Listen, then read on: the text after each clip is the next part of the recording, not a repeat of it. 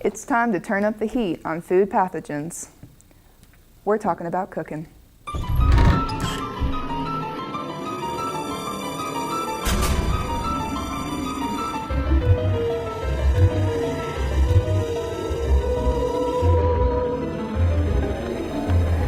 Is it safe?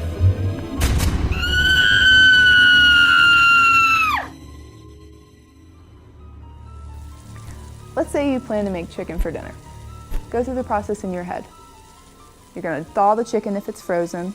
You're going to keep it separate from other ready-to-eat foods. You're going to cook it until it's done, and then you'll serve it. But back up to that cooking step. How do you know when it's done?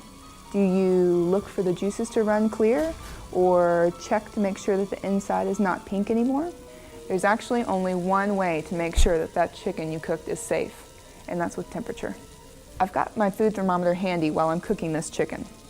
When I think it might be done, I put the thermometer in the thickest part at an angle.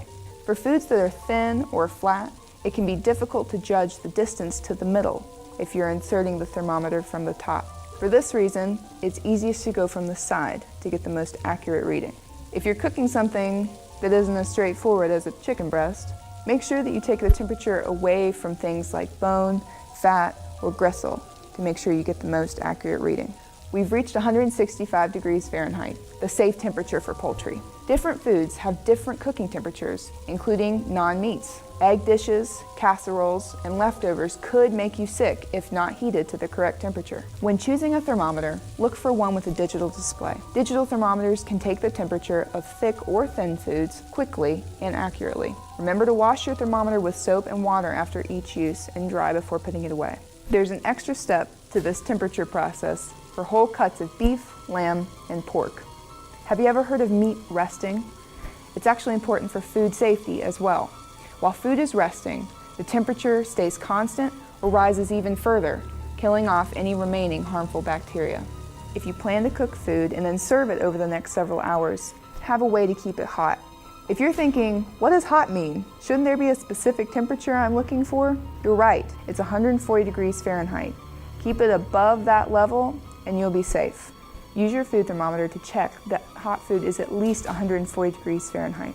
You can have foods out for a little while once they cool down below 140 degrees Fahrenheit, but after 2 hours, it's time to throw it away. With cooler weather and holiday season approaching, it's time to break out those slow cookers. And they're actually really helpful when it comes to food safety as well. Leaving the slow cooker on the warm setting and replacing the lid after serving is an easy way to make sure that your food stays above that 140 degrees Fahrenheit mark. What if you don't want to have to throw that food away after 2 hours? Are you planning to save it as leftovers? Next time, we'll talk about chilling down our food to keep it safe.